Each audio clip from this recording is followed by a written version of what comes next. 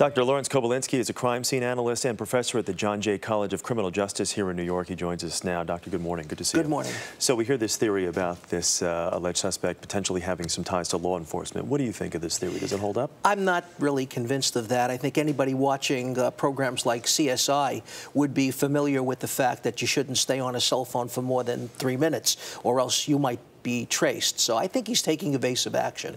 But also he's been very meticulous, whoever the perp here is, with the fact that he's gone to some extreme measures like you just mentioned. Also, there is no physical evidence right there. So is this a matter of someone who is savvy or a little lucky, or what? I think that's a good point. I think he's smart enough to know that he shouldn't leave any kind of remnants of himself, like cigarette butts or soda cans, anything that might give away his identification through fingerprints or DNA. He is definitely thinking about what he's doing. He's careful.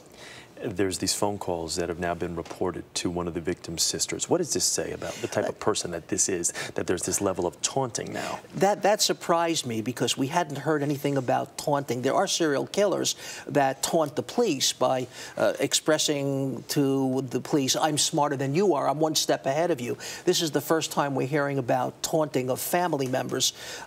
This fellow really has some psychological problems, and he's trying to send the message to the family. It's degrading, basically.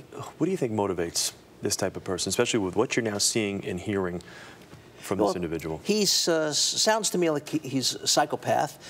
He's fantasizing. Some of it has to do with sex, but I think the real thrill that he gets is in the kill.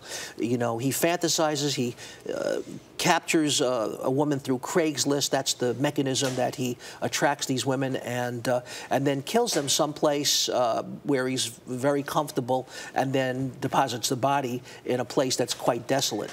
New York Post is reporting this morning that one of the remains found recently, the 4 unidentified remains, may belong to either a child or a baby. What is that? I mean, how does that then change the game here? It does change the game. I mean, we have to try to determine what the motivation is for that.